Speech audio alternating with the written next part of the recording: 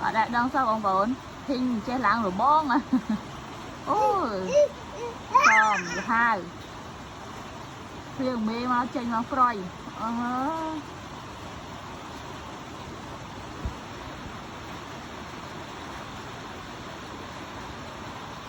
còn ngã chanh đừng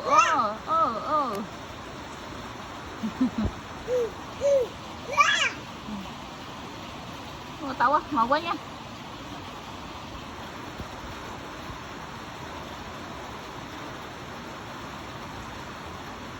quá đủ nè nè hai là lừa mua đủ nè khoan ở đây bên đây con bên đây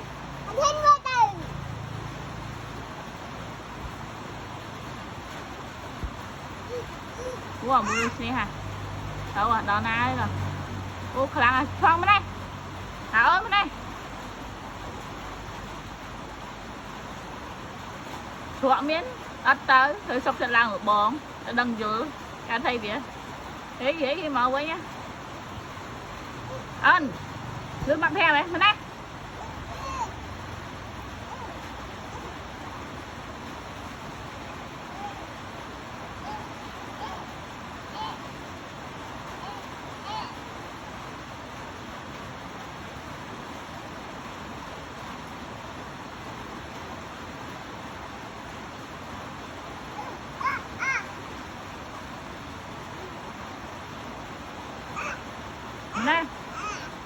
đây ố cho cậu này đây ố phía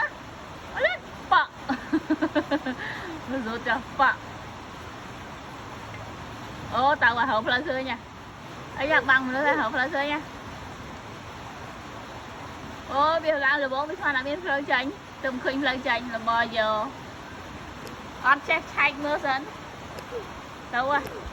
ô cái bàn tao à